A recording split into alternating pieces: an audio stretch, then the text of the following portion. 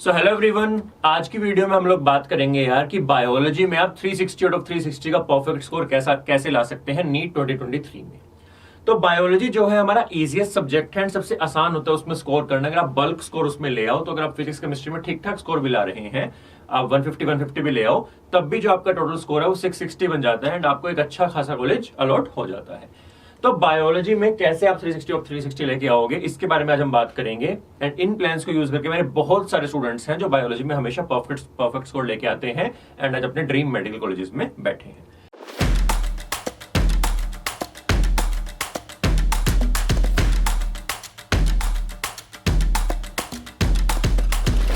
तो बिना time waste करते हुए बात करते हैं सबसे पहले पॉइंट की। आपने गेस कर ही लिया होगा कि एनसीईआरटी ओरिएंटेड पेपर आ रहा है लास्ट कम से कम 5 साल से एंड पिछले 3 या 4 सालों से एक भी क्वेश्चन एनसीईआरटी से बाहर नहीं आया है। तो अगर अभी तक आपने कोई और मटेरियल यूज किया है, कोई और बुक से आपने स्टडी की है, कुछ और अगर आप पढ़ भी रहे हैं, तो अब टाइम आ गया है कि आप उसको बिल्कुल छोड़ दीजिए। आप स्ट्रिक्ट एनसीईआरटी उठाइए। एनसीईआरटी का आप एक बेसिक सा आइडिया क्या ले सकते हैं कि आप दिन में 2 चैप्टर कीजिए। अभी एक चैप्टर बॉटनी, एक चैप्टर जूलॉजी का अपने रूटीन बनाइए कि आप दिन में 2 चैप्टर करेंगे ही करेंगे। हमारा जो टारगेट है वो है कि आप कम से कम 20 से 25 बार एनसीईआरटी पढ़ लेंगे line to line NEET exam से पहले।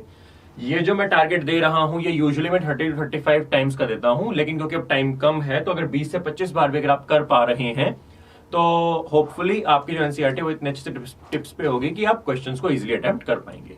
एनसीईआरटी में बहुत ज्यादा स्पेशल आपने एम्फेसिस रखना है डायग्राम्स पे। डायग्राम के नीचे जो लेबलिंग होती है, कुछ डायग्राम्स में ऐसी इंफॉर्मेशन दी हुई है टेक्स्ट में कहीं पर भी नहीं है। इसके अलावा समरी एक चीज है जो चैप्टर के एंड में होती है, हम उसको बिल्कुल भूल जाते हैं, लेकिन समरी में कुछ पॉइंट्स ऐसे हैं जो टेक्स्ट में कहीं पर भी नहीं है and as it is summary से क्वेश्चंस उठ के आते हैं। तो आपने जब भी चैप्टर रिवाइज कर रहे हैं आप अपने डायग्राम्स पे, समरी पे बहुत ज्यादा ध्यान देना है। इसके अलावा लेटेस्ट चेंजेस एनसीईआरटी में आते हैं लगभग हर एक साल या हर 2-3 साल में एक बार। जो लेटेस्ट एडिशन आती है उसमें कुछ ना कुछ चेंजेस आते हैं। आपने ध्यान रखना है कि आपके पास बिल्कुल लेटेस्ट एनसीईआरटी हो, क्योंकि जो भी लेटेस्ट चेंजेस आते हैं क्वेश्चंस वहां से आने की प्रोबेबिलिटी काफी हाई हो जाती है। एक एग्जांपल देता हूं, डाइजेशन चैप्टर में आपने देखा होगा जहां एब्जॉर्प्शन लिखा हुआ है, वहां पे पुरानी एनसीईआरटी फ्रक्टोज के बारे में बात करती थी, लेकिन अब एनसीईआरटी में फ्रक्टोज है ही नहीं, ग्लूकोज ही दिया हुआ है खाली। तो जो ये चेंज आया है इससे क्वेश्चन बनते हैं काफी ज्यादा, एग्जाम में आया भी है। ऐसे ही बहुत सारे चेंजेस हैं जो एनसीईआरटी लेटेस्ट एडिशन में आते हैं एंड उनसे क्वेश्चंस बनते हैं। इसी में एक और बात बोलूंगा मैं, एनसीईआरटी एग्जाम्पलर को मत भूल जाना। एग्जाम्पलर से एज इट इज क्वेश्चन उठ के आए हुए हैं बहुत बार नीट एग्जाम में। तो एनसीईआरटी की जब मैं बात करूं तो मैं साथ में एग्जाम्पलर की बात भी कर रहा हूं। अगली अगर हम बात करें, हमारा अगला पॉइंट है हाई यील्ड चैप्टर्स, जिन पे आपने बहुत एक्स्ट्रा फोकस करना है। यहाँ पे बहुत सारे कोचिंग इंस्टीट्यूट्स गलती करते हैं कि वो एनिमल किंगडम जैसे चैप्टर है बहुत ज्यादा टाइम वेस्ट कर देते हैं, जिस चैप्टर से हार्डली 2 या 3 या 4 क्वेश्चन आते हैं, और उसी टाइम में पूरी ह्यूमन फिजियोलॉजी हो जाती है जिसमें 7 चैप्टर एंड हर एक चैप्टर से 2 या 3 क्वेश्चन आते हैं। तो आप समझ सकते हैं कि हर एक चैप्टर की इक्वल वेटेज नहीं है। बाय टर्म्स ऑफ वॉल्यूम अगर हम बात करें, एनिमल किंगडम और ह्यूमन फिजियो लगभग बराबर है, जिसमें कोचिंग वाले 2-3 महीने लगाते हैं दोनों चीजों में, और जो क्वेश्चन का नंबर है वो बहुत ज्यादा डिफरेंट है। एनिमल किंगडम पूरे यूनिट से सिर्फ 2-3 क्वेश्चन और ह्यूमन फिजियो का हर एक चैप्टर से 2-3 क्वेश्चन।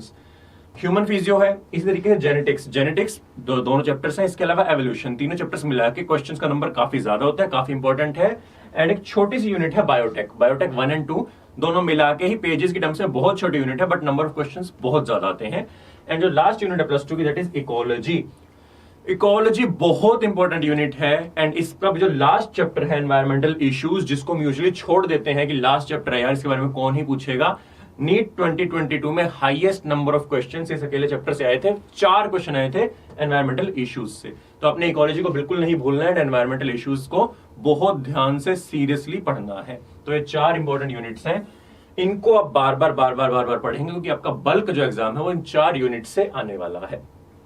इसके अलावा अगर हम बात कर लें, स्टेटमेंट टाइप क्वेश्चंस पे आपने बहुत ज्यादा फोकस करना है। स्टेटमेंट टाइप क्वेश्चंस का जो नंबर है वो धीरे धीरे बढ़ता जा रहा है एंड होपफुली इस साल भी स्टेटमेंट टाइप क्वेश्चंस काफी ज्यादा आएंगे नीट में।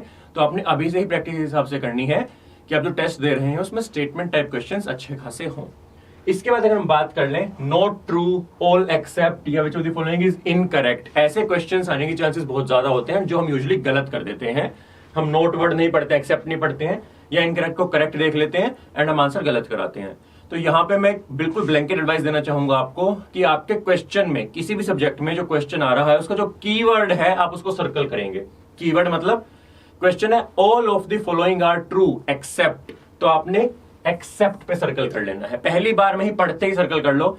आई डोंट केयर कि आपने ध्यान रख लिया कि नहीं नहीं इसमें एक्सेप्ट पूछा है, मैं एक्सेप्ट पे ध्यान रखूंगा, नहीं। जब आप ऑप्शन देख रहे हैं दिमाग से निकल जाता है वो। आपका रूटीन होना चाहिए, आपका एक डिसिप्लिन होना चाहिए कि आपने सर्कल करना है तो करना है, चाहे आपकी नजर पड़ी या नहीं पड़ी, आपने एक बड़े बड़े अक्षरों में सर्कल कर लेना है कीवर्ड पे।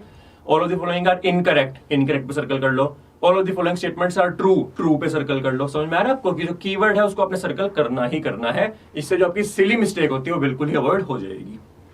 लास्ट पॉइंट है असर्शन रीजन की बहुत अच्छी प्रैक्टिस करना। असर्शन रीजन की प्रैक्टिस करने के लिए एक सोर्स हो सकता है कि एम्स के प्रीवियस ईयर पेपर्स आप कर सकते हैं, वहां पे असर्शन रीजन काफी अच्छे आते थे, एंड जिसमें हम ऑप्शन नंबर 1 और 2 में कंफ्यूज होते हैं, वहां पे ये बहुत अच्छे से आपको क्लियर हो जाएगा। असर्शन रीजन के बारे में मैंने एक सेपरेट वीडियो बनाई हुई है कि आप कैसे उनको बहुत अच्छे से अटेम्प्ट कर सकते हैं, कि आपको कभी भी ऑप्शन नंबर 1 और 2 में जो आंसर है वो कभी भी आप कंफ्यूज नहीं होंगे, कभी भी गलत नहीं होगा। तो उस वीडियो को जरूर जाके देखना यार, इस वीडियो के बाद में। एंड लास्ट में बोनस, मतलब कभी कभी होता है कि कोई क्वेश्चन गलत हो जाता है, उसको कोई भी ऑप्शन मैच नहीं करते हैं। ध्यान रखना एनटीए बोनस नहीं देता है। एनटीए जो भी क्वेश्चन गलत होता है उसके चारों ऑप्शन यानी कि 1, 2, 3 एंड 4 इस तरीके से अपने आंसर की में लिख देता है। कहने का मतलब कि किसी भी बच्चे ने कोई भी अगर ऑप्शन अटेम्प्ट किया है उसको मार्क्स मिल जाते हैं। कहने का मतलब अगर आप क्वेश्चन अटेम्प्ट नहीं करोगे आपको मार्क्स नहीं मिलेंगे। तो अगर आपको नीट 2023 में कोई भी क्वेश्चन ऐसा लग रहा है कि चाहे चारों ऑप्शन सही बन रहे हैं या चारों ऑप्शन गलत बन रहे हैं, आप कोई भी एक मार्क करके आओगे, क्योंकि अगर वो बोनस होता है, बोनस होगा नहीं सॉरी, वहां पे चार ऑप्शन ही एनटीए लिख देगा, तो अगर आपने कोई भी अटेम्प्ट किया होगा आपको तभी मार्क्स मिलेंगे। तो ये सारी चीजें हैं जिनको प्रैक्टिस करके आप बहुत इजीली बायोलॉजी में 360 आउट ऑफ 360 परफेक्ट स्कोर ला सकते हैं, अपने ड्रीम मेडिकल कॉलेज में जा सकते हैं। सिमिलर वीडियोस में बनाने वाला हूं फिजिक्स एंड केमिस्ट्री के लिए। अगर कोई डाउट हो तो नीचे कमेंट सेक्शन में बताना यार। Please like the video, share it with your friends, leave a comment and subscribe to the channel. Thank you, all the best.